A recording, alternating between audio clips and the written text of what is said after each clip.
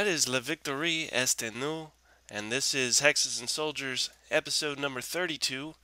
My name is Jason. Welcome back. I've got an action-packed, fun-filled episode for you guys. And as the saying goes, or should I say, the song goes, we've got a long way to go and a short time to get there. So I'll just kick this thing right off. Shout-outs for this episode. I'd like to give a special shout-out to family members of the victims of the plane that crashed over the Ukraine recently. Very tragic story. I'd also like to give a special shout out to family members and friends of victims of the Israeli-Gaza conflict. Some tough stuff going on there as well. Just like to keep all those victims and friends and family members in our thoughts. As far as what's new with me, let's see, not a whole lot going on. If you've checked the blog spot, I've been working feverishly on a set of Wargaming rules for my Napoleonic game. Also started the Facebook site. Not sure that that was necessarily needed, but did it anyway. I've got a number of links on there you can click on and some other things. So if you haven't checked that out, feel free to do so and see what you think. In the news, we've got Academy Games coming up first, and the Conflict of Heroes solo expansion and Conflict of Heroes Guadalcanal are shipping soon. They'll have a Kickstarter for Conflict of Heroes D-Day Airborne Battles this fall, and Academy Games will also be publishing the first game in their Civil War / Napoleonic series, Gettysburg Day 1 Bloody Crossroads.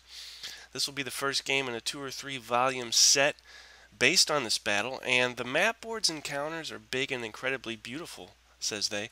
Check their website for pictures, and this is a new system that implements some of their newest and most advanced design mechanisms. There will be no dice, no numbers on the counters, and no charts to look up. You will be able to see the detailed state of each regiment by quickly looking at its brigade command board, and this will tell you its fatigue, morale, and current capabilities. The game can be played with 1 to 8 players, and the decision cycle for each player is constant, with little to no downtime.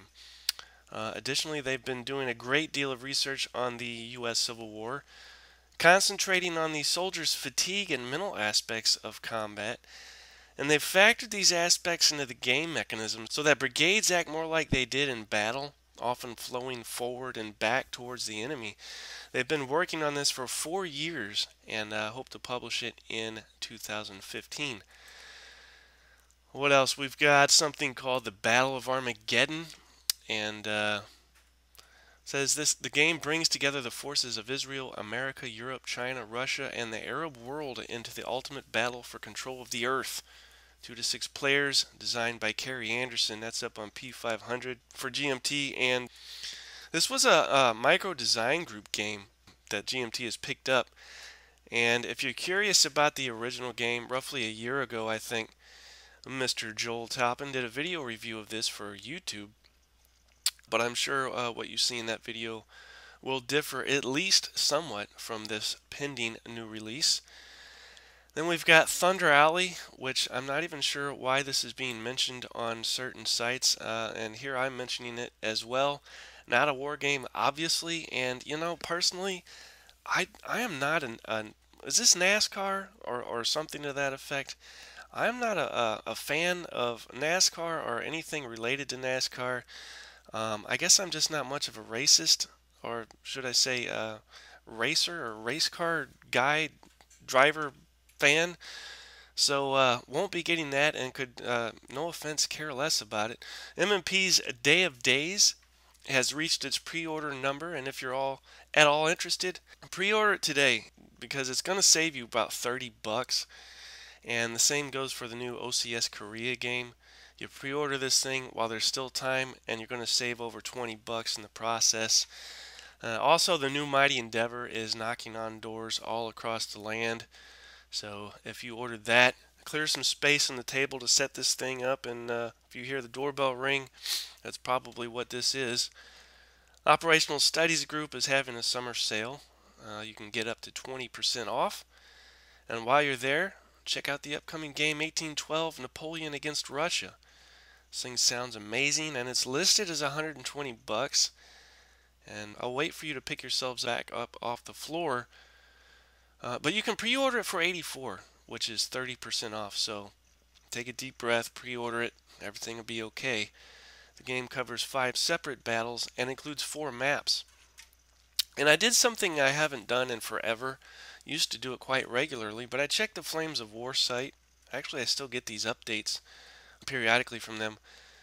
But I've been out of the loop for a while because apparently they're doing World War I stuff as well as Arab-Israeli conflict stuff. And I know the last I checked, they were in the full swing of Vietnam. So I guess there's no end in sight for the Flames of War series. And then took a look at some magazines. So a couple of things there. The September issue of Armchair General has some cool interactive articles, and they do this I think in every issue, but particularly in this issue there's one called Screaming Eagles Attack Carentan 1944, and this would be from their combat series. And in this you choose the correct plan for pinned down paratroopers to capture a key position in France. And guess who it's by? John Antal. And the reason this is ironic is because I just posted a little thing about him and some of the books he's done in the past on hexesandsoldiers.blogspot.com. So again, it's ironic that he would be featured in this issue of Armchair General. But this is the guy that did armor attacks and infantry combat as well as others. So should be some good stuff there. And also in the same issue in the U Command series, there's an article, fairly decent article, on the Battle of Cholm, the pocket that was created in 1942. And here you act as Major General Theodore Schurrer, and you must lead a surrounded battle group in a desperate attack against Red Army forces. Looks very cool. Sounds interesting. Take a look at that. Then in the Military History Quarterly, Summer 2014, Volume 26, Number 4 issue, there's a great article on the birth of German militarism, the legendary victorious campaigns of the great elector Frederick William I, by Robert Citino. And this is by this is the same gentleman who wrote the book Death of the Wehrmacht. If you haven't read that, well, I don't know what you're waiting for. Read that. And then the cover article, which relates to an article entitled Who Lost World War II? Was it Hitler or the overrated German General Staff? A very interesting article as well. And finally, another article on the Carpathian Mountain Catastrophe of 1915, oft referred to as the Stalingrad of World War I. This was an epic bloodletting between the million-man armies of Russia and the inept Habsburg Empire. Their soldiers faced frostbite, disease, logistical failures, gross casualties, and wolves. That's right, wolves. And I think I hear a GMT game being designed based on this as we speak. And then as far as the top 10 list goes, it's going to be a truncated top 5 list this episode. I had a couple of ideas based on what this episode is about. Could have done some Napoleon Enters Russia games. Even thought about doing the top 10 Napoleonic miniatures rules. Decided not to do those. I might do the miniatures thing in my final, at least I'm calling it my final Napoleonic episode, which will be up, who knows, 5 or 6 episodes from now, because after this I'm heading back to World War II for a while. But top 5 game releases of 2014 thus far. And looks like we've got, starting with number 5, Hoplite, and that is a GMT game release. And I'm going to run through these fairly quickly, so don't blink. But number 5, Hoplite, and I think Hipshot from Big Board has posted some interesting stuff about this game. Didn't know he was such an Ancients fan. That's interesting. Anyway, and I'll just say, hey Kev, how you doing? Reluctant Enemies, and this is what I've been calling the OCS starter kit. Number 4, Last Chance for Victory, the ginormous Gettysburg game from MMP. Number 3, and I'll just go ahead and say that among these 5, one of these I have on order, and just to be mysterious, I'm not going to tell you which one. most of you should be able to figure this out fairly easily. That was Last Chance for Victory, number 3. And if you haven't taken a look at this, do so. And even if you're not a Civil War Gettysburg fan, you can't help but be taken in by the scope and magnitude of this game design. It is just fantastic. That brings us to number 2, Unconditional Surrender, World War II in Europe. And finally, number 1, and I'm not going to agree with this. This list is, of course, compiled based on numbers from Board Game Geek. But number 1 is Heroes of Normandy, and I guess I'll never understand the appeal of this tongue-in-cheek stuff. I don't know what else to call it. The time is summer 1944. The sun shines on Normandy hedgerows, gentle wind, fields of bright flowers, and in the background, the romantic staccato of machine gun fire in the morning. In these typical French countryside landscapes, thousands of men are about to fight and die, bravely like heroes or cowardly like wussies. But only the heroes really matter, and those you see in Hollywood Golden Age war movies, here lies the inspiration for a Heroes of Normandy, and here is what the game has to offer. Explosive and fast-paced battles, the pleasure of butchering your enemies through machine gun 42 walls of lead, and the ability to crush Nazi bastards under tons of shells, basically blood and guts. Okay, so here's my problem already, as with the description of this thing. And I guess I'm just an old fuddy-duddy because fast-paced battles, I guess not a big fan of fast-paced battles. And explosive, I don't want to open a game and have it explode in my face.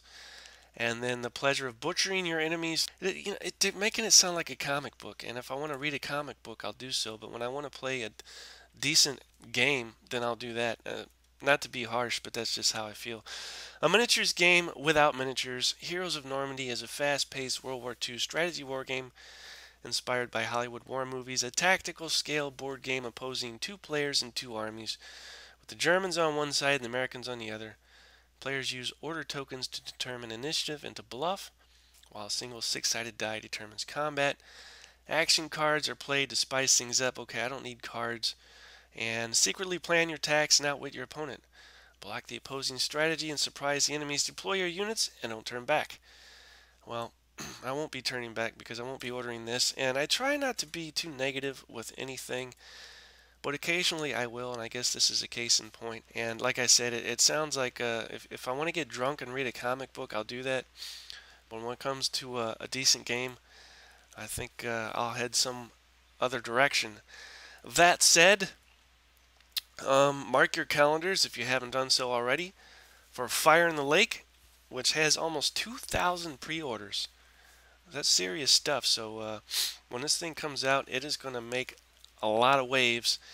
And again, pre-order it now while you have the chance, because my best guess is this thing is probably going to run out of print in no time, and then they'll have to do a reprint, and that always takes forever. Case in point, the Hunters from Consom World. My poor brother was supposed to receive that reprint as a birthday present.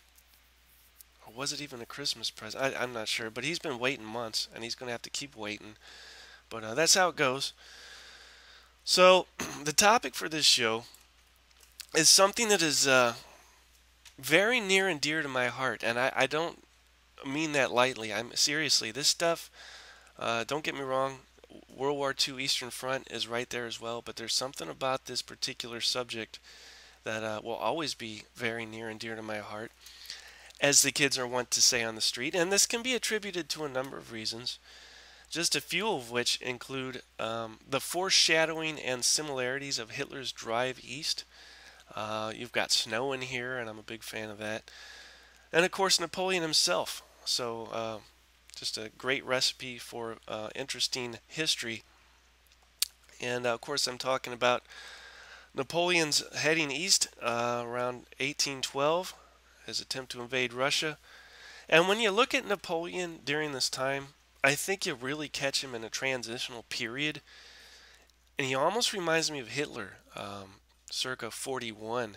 Now, obviously, you can point out that unlike Hitler, Napoleon was a masterful tactician and a successful strategist. But for both men, the move east marks a very visible confusion in their decision making processes. And prior to the invasion of Russia, Napoleon really had some very clear, concrete goals and was more than willing to maintain a certain flexibility in regard to their attainment. But upon his move east, at least initially, his overall point of emphasis wavered between confusion and uncertainty. And it wasn't until well into the invasion that he began to focus on an attainable goal. But unfortunately, it's one that played into the Russians' hands, and more, it was something that he became rigidly in pursuit of, which was in stark contrast to the previous flexibility that he displayed in achieving his aims. So here's the deal. I'm at the UNO library, wandering around as I want to do, and I come across a whole wing, literally a whole wing of which I was unaware of. And this entire wing is filled with just general military history books. Now, prior to this, I had been looking at specific countries and the books that relate to them by way of military history, which was somewhat limited in my opinion, and I always questioned that until I found this, which was like discovering a secret room. And this was probably one of the most exciting moments I've had here thus far, which might be pretty sad, but pretty exciting. And among the many titles I come to is one called Command, Failure, and War. So I pull this thing off a shelf, take a look, and inside I find a chapter that deals with Napoleon's 1812 campaign. Now, much has been written about this, and the towering achievement of this field, in my opinion, is the book Russia Against Napoleon by Dominic Levin. But anyway, I start reading this chapter, and I don't stop until I finish it. Now, the overall account that is presented is nothing new, but the thing that intrigued me the most, probably, is how this guy puts Napoleon on the couch, so to speak, and applies Kurt Lewin's field theory. And Kurt Lewin was a psychologist or a psychiatrist who, well, he had this thing called the field theory, which this author applies to Napoleon and his decision-making processes and the goals and a number of other things. And it can get quite complicated. And I think this guy risks even going over his own head. But in the chapter, the author goes into great detail regarding this field theory and how it might describe Napoleon. But I'll refrain from, again, like I said, recounting that, as at times some of it seems a bit of a stretch. But it was intriguing nonetheless, and it kept me reading. So what I did was grab a notebook, comb through the entire chapter, and pull from it all the tasty tidbits and morsels for you guys. So in a nutshell, the basic assumption of this field theory thing is that if one has no immediate perceived goal, psychological conflict occurs, and I guess this is the crux of the author's thesis. Now you have to remember, Napoleon isn't the first to invade Russia. You have the Swedish King Charles XII, who's already attempted this, and I'm certain Napoleon would have been fully aware of this. In fact, probably studied it. And it's important to note that Napoleon was keeping tabs on the Russians. He'd met them at Austerlitz and routed them, noting their particular lack of anything remotely resembling what one might call leadership. But the Russians also gave Napoleon a run for his money at Pultusk and Eylau. But it wasn't until Friedland that any decisive victory as that which occurred at Austerlitz would be repeated, for here Napoleon asserted extreme dominance over the Russians. So the concept of space within Lewin's field theory also relates well to Russia quite literally when you consider its sheer physical space. For those of you keeping score, we've got 600,000 men, of which 150,000 are non-combatants, and of that number, less than half are even French. And the invading force was truly a multinational army entering Russia. And perhaps it's trivial, or perhaps there is something to it, but some point at Napoleon's middle age during this time, and he'd grown plump, quite literally, and rather fond of luxury, had come to believe that the rigors of campaigning were no longer for him, and he even remarked that I love my bed more than anything, yet I must finish my work. Now, Napoleon suspected the Russians would offer no substantial resistance upon entering their territory, and that Russian nobles would force Alexander to make peace. What is more, his confidence was perhaps at least partially bolstered by past victories. But despite his meticulous preparation for the invasion, he appeared to be uncertain as to what his overall goal was, and even seemed to be confused as to whether the campaign would be a quick one or not. He did speak of reaching Smolensk and Minsk and wintering there, but there was no fixed objective, only immediate goals: cross the Niemen, seize Vilna, and defeat any Russians that got in the way, while vaguely menacing St. Petersburg and Moscow. And it may be that Alexander had a more clear picture of things, saying, quote, "Space is a barrier. If after several defeats I withdraw, sweeping the inhabitants along with me, if I let time, deserts, and climate defend Russia from me, then perhaps I shall have the last word," end quote. But to back up for just a moment, why is Napoleon invading Russia at all?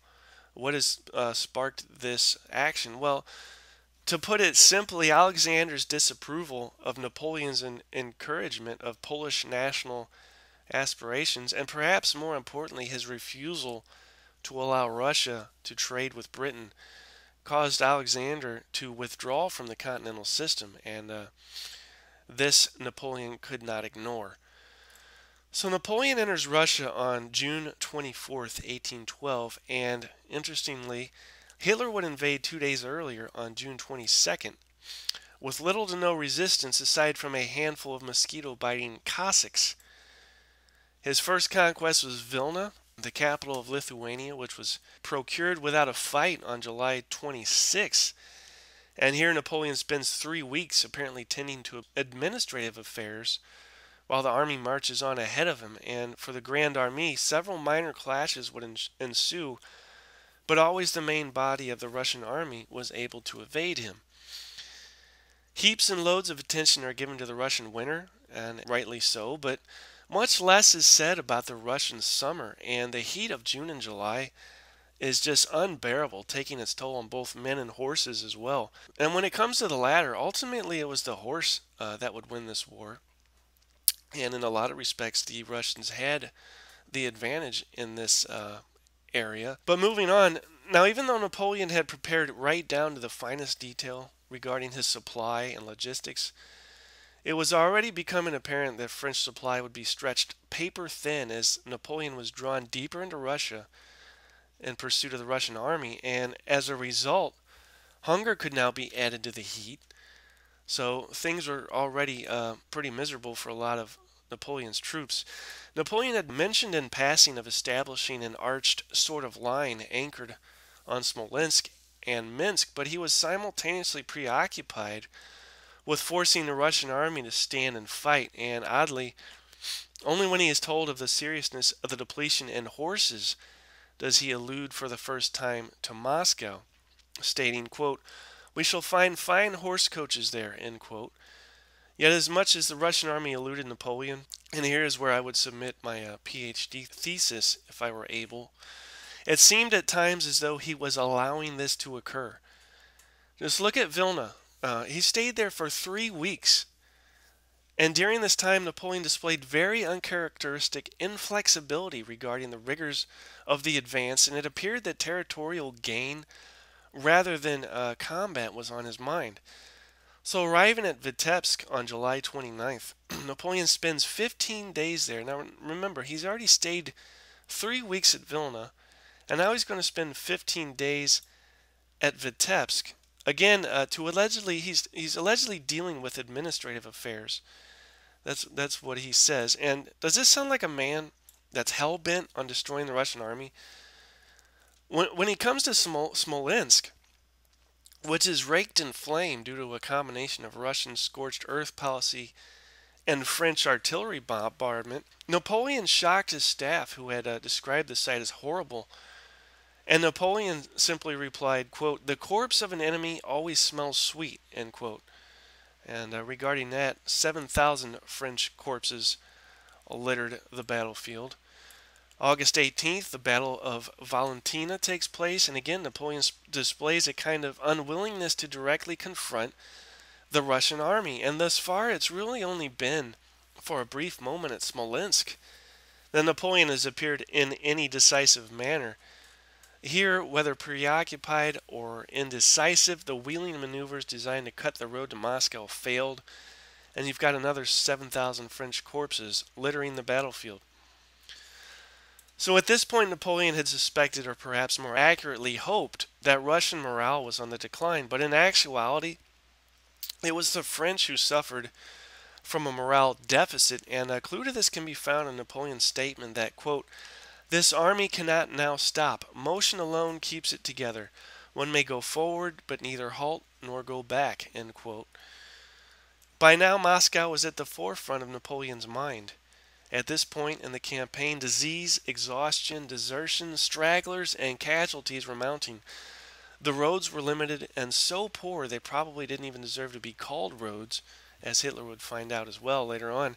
And you have to remember that as the supply lines lengthen, you have to break off detachments from the main body to protect them, and all of this was whittling away at the Grand Army.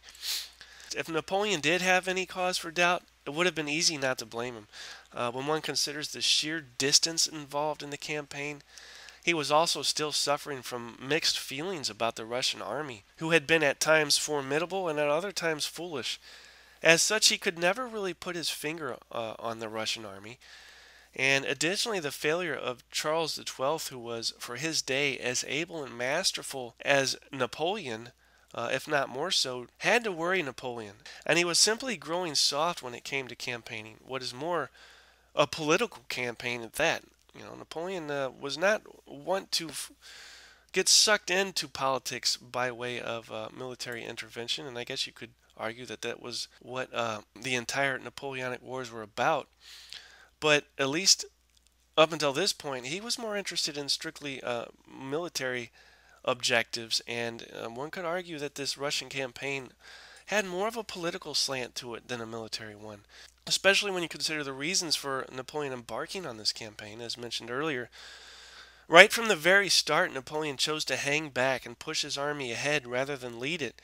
And this should immediately strike one as very atypical of him.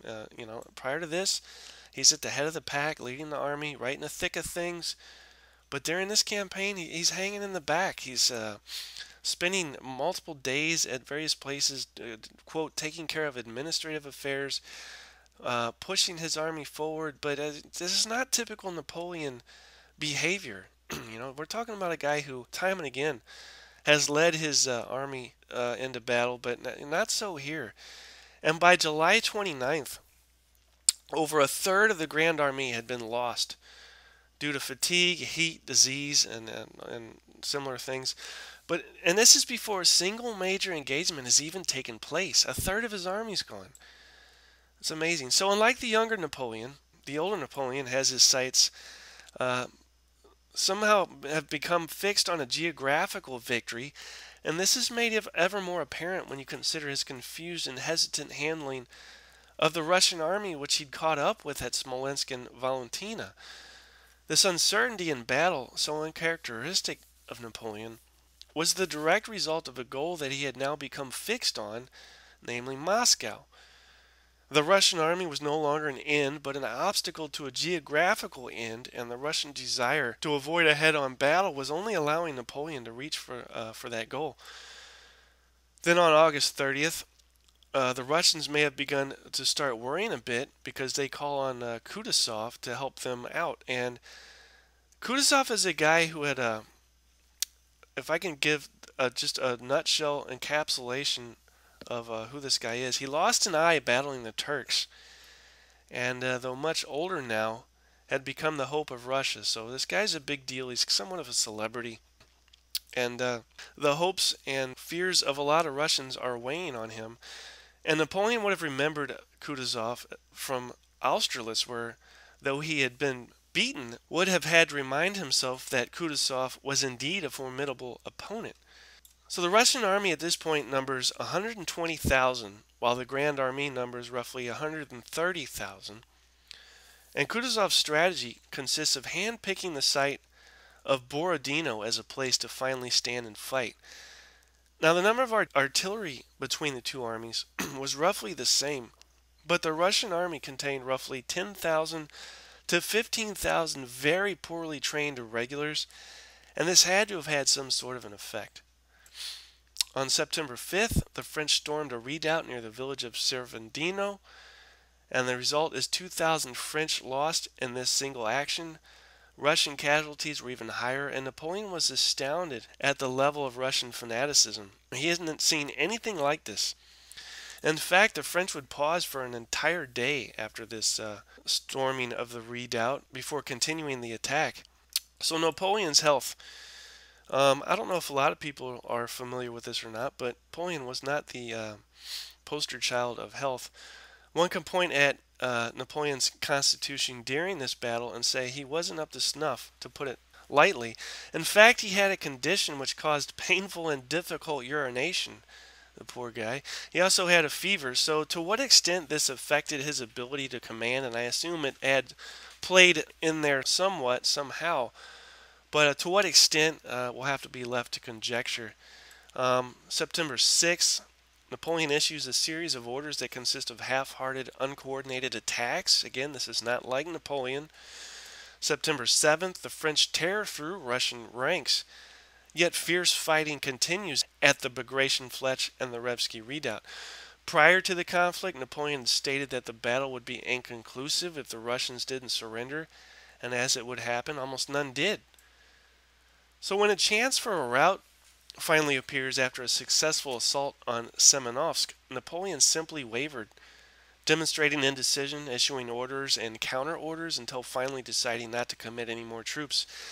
And this really only allowed the battle to continue, and in large part on Russian terms. When the Russian center presented itself as prime for breakthrough, Napoleon refused to take advantage, deciding against sending either the old or the young guard. And during these hours, Napoleon was described as sluggish, disconsolate, apathetic, and inactive. He kept biding his time, playing a kind of chess game, even stating, "I want to see my board more clearly." He's described as sick, as depressed, giving orders languidly, and his demeanor would suggest that somehow matters were out of his hands completely. He degraded into a witness of an event which in earlier days he'd have played the lead role, but once a commander found himself in a particularly critical situation, Napoleon just shrugged, saying, "I can do nothing, it's up to him to win." Regarding the Russians, he remarked, "They let themselves be killed like automatons. They are not taken alive." When it was all over, the Battle of Borodino was only a victory by technicality, for almost no Russian prisoners were taken, or very few, and the Russian army remained unbroken. As Napoleon surveyed the battlefield, they say he became depressed, as if he was observing something he had no hand in. And when he did finally regain his bravado, he would play up the victory, but the sheer numbers of lives lost must have already begun to haunt him. And more importantly, Napoleon's decision not to pursue Kutuzov was counter to his own belief that total destruction of the enemy was of utmost importance. Well, why is that? Because this was no longer a goal that mattered to him, or only Moscow mattered, and on September 14th, 1812, he got his wish. He enters Moscow, and when he entered that city, he'd find that fire was its only inhabitant. Winter was coming, but Napoleon chose to stay in Moscow. He dined, slept, read novels seated in an armchair. Having originally decided to stay until the spring, the weeks rolled by, and to this day scholars debate why he stayed so long. Some say he was preparing the army for retreat, but the reality of the situation is he really had no intention of retreating for quite some time. Was it stubbornness? Alexander should have asked for peace, but he hadn't heard a word. So, too, Napoleon would wait, playing a game of patience to see who would make the first move. Was it pride? For Napoleon, to retreat would be to admit defeat, but it didn't have to be that way. Once back in France, I think he could have trumped up the entire thing into a grand victory. I mean, wasn't he in control of the press, so to speak? Could have spun the tale any way he chose. Was he simply basking in a victory of his own making? Having attained what finally became his ultimate goal, perhaps he found comfort in Moscow, which became for him an objective realized, a metaphor for certainty in an otherwise uncertain campaign. Either way, he sat there for roughly, some say a month, some say 2 months. Point of fact, he'd even briefly tried to rouse support for the taking of St. Petersburg, but the lunacy of this endeavor soon became evident. Not until the first snows began to fall did he even consider heading back to Paris. But overall, he demonstrated no real concern for the winter that would be greeting them, and he even felt the sheer superiority and elan, or spirit, of his grand army would somehow warm them from within and be sufficient in carrying them home through the cold winter. Sounds kind of delusional to me. But when he did decide to leave, he only had himself to blame for the pursuing Kutuzov, who would trail a grand army, a vast chunk of which breathed its last breath at the river Berezina. The fact that Napoleon did manage to evade the Russians is perhaps less a testament to Napoleon's cunning and more to the Russians a lack of it. For the Russian army, sheer caution, incompetence, and an overall fear of Napoleon afforded him the opportunity of a lifetime to live another day. Additionally, now it would be the Russians who would have to very quickly learn the art of logistics as their supply lines grew in relation to their pursuit of the fleeing eagle. So that is a short version of Napoleon's entry and exit of Russia in 1812 and 13. And in conclusion, regarding that, beginning a campaign with marked uncertainty as to any goal or goals was perhaps related to an uncertainty in regards to the Russian army itself. For Napoleon, gradually the conquering of space rather than men and material became a goal he could set in concrete. If the Russian army was dealt with, it was primarily only because it stood in the way of an overall geographic goal. His unwillingness to confront the Russian army personally and his delays along the way attest to this. As such, his once flexibility in achieving a particular goal had become brittle to the point of completely breaking the Grand Army. Later exiled at St. Helena, Napoleon would state, quote, "The most terrible of all my battles was the one before Moscow. The French showed themselves worthy of victory, and the Russians worthy of invincibility," end quote. To sum up Napoleon's Russian campaign, one could say that Napoleon's army had defeated a foe that had not lost. In the end, Napoleon's clinging to a territorial goal and thus avoiding a Russian army the likes of which he could never be certain about only benefited the Russians. And the Tsar would ultimately have the last word, commenting, quote, "And they thought I was the fool," end quote. But really, I think the last word should go to Voltaire, who once said, quote, "History is a bag of tricks played on the dead," end quote. So that is the Russian invasion of 1812, which brings us to a particular game regarding that, and I think it is one that is perhaps most suited in regarding a simulation of Napoleon's entry and even exit of Russia in 1812, and this would be Operational Studies Group Highway to the Kremlin. Now, I think there are other simulations of this as well, especially the Kutuzov simulation, but I do not own that yet. I aim to get it, and I have not played it, so I can't rightly comment on it. That said, I'll focus on Operational Studies Group's Highway to the Kremlin. This is a 2001 release. Kevin Zucker, who is a master in this field. And believe it or not, this subject hasn't been adequately dealt with since SPI did so in the 70s. And as I said, there's the Kutuzov game from GMT. But since there is such a thing as Highway to the Kremlin, this is what you want. So I'm going to tell you right off the bat, this is not, and I repeat, not for the beginner. Anyone that tries to tackle this as one of their first war games is destined to never want to play another war game again. I swear, I promise. Do not, if you're a newbie, just wait. There's a certain time period that should be required before you can play this. If you think you can tackle this, be my guest, but I think you're just going to end in a heap of frustration. The game is quick playing, so to speak. It depends on how you look at it. There's a low counter density, and part of the new campaigns of Napoleon series is what this is, of which the game Napoleon at Bay is also a member, if any of you are familiar with that.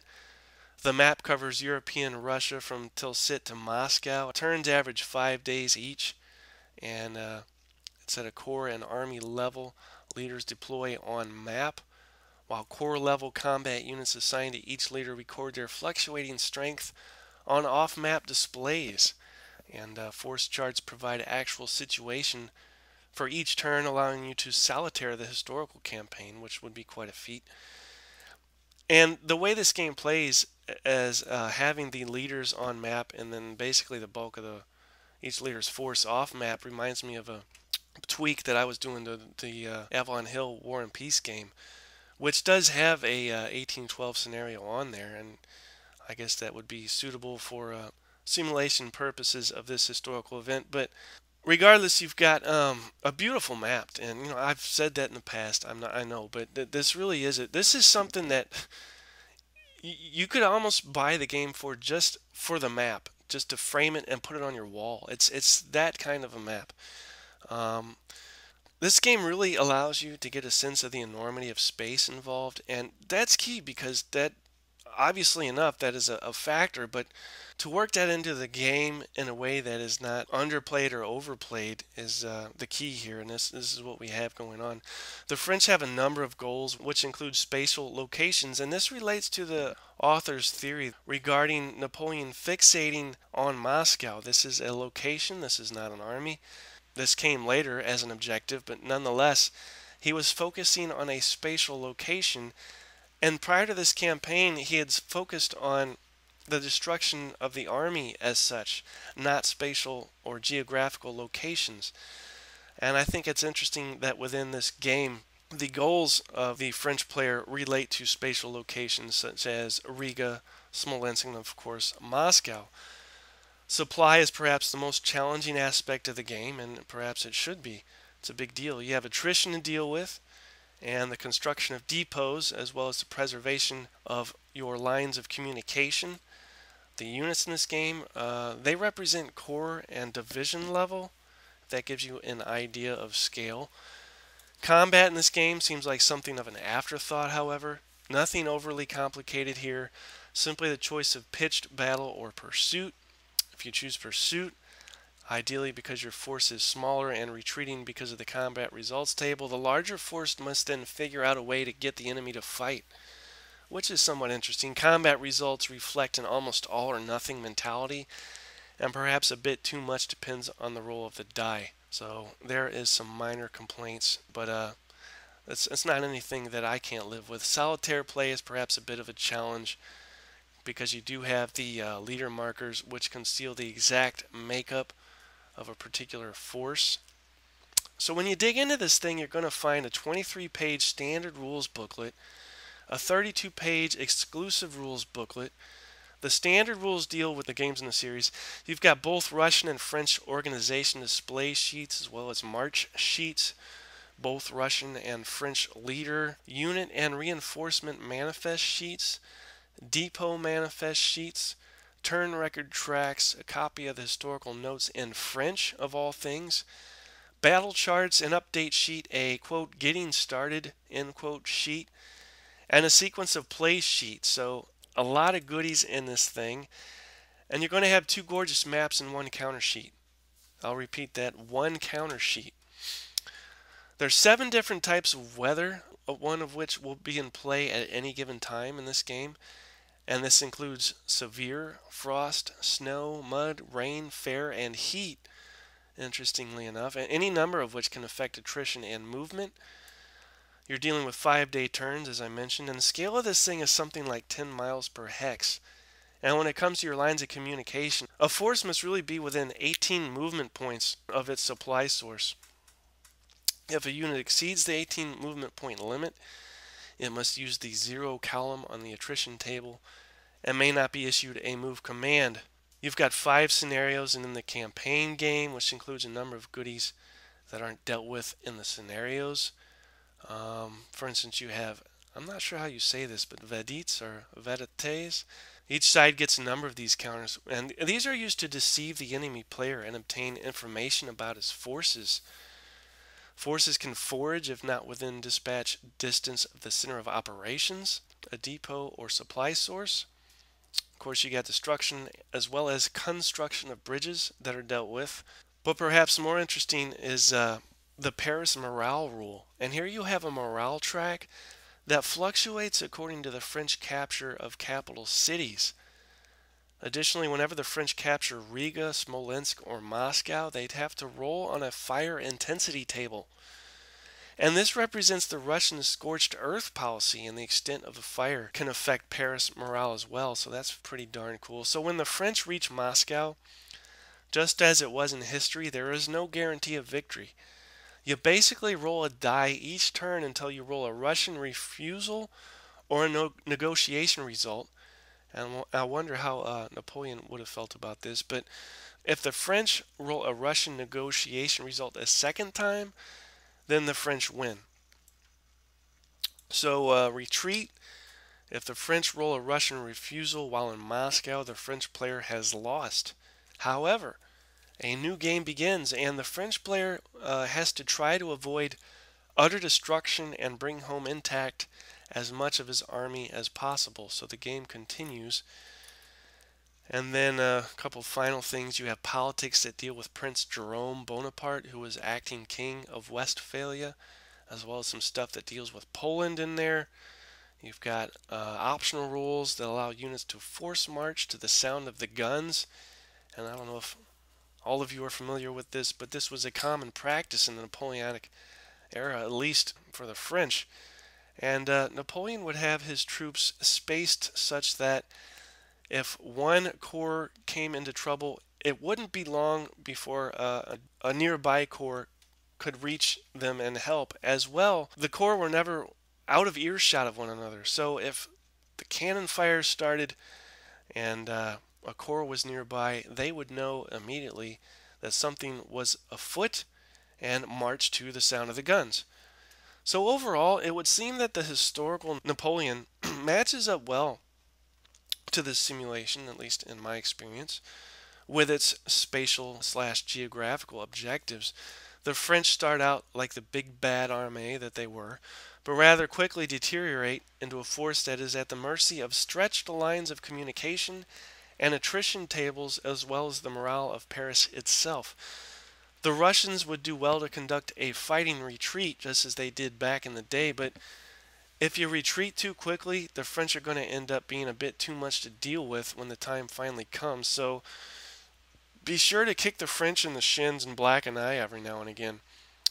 Unfortunately, the dice have a lot to say in this game and can make or break a French victory at the final crucial moment. Then again, if we were to have it any other way, this wouldn't be a game. Rather, it'd be a boring repeat of a movie, the ending of which we already know. Thus the dice. But learning this thing could take some time, especially if you're unfamiliar with the standard rules for the game series. But if you have a lot of free time and a surplus of patience, the payoff is big, and you won't be sorry.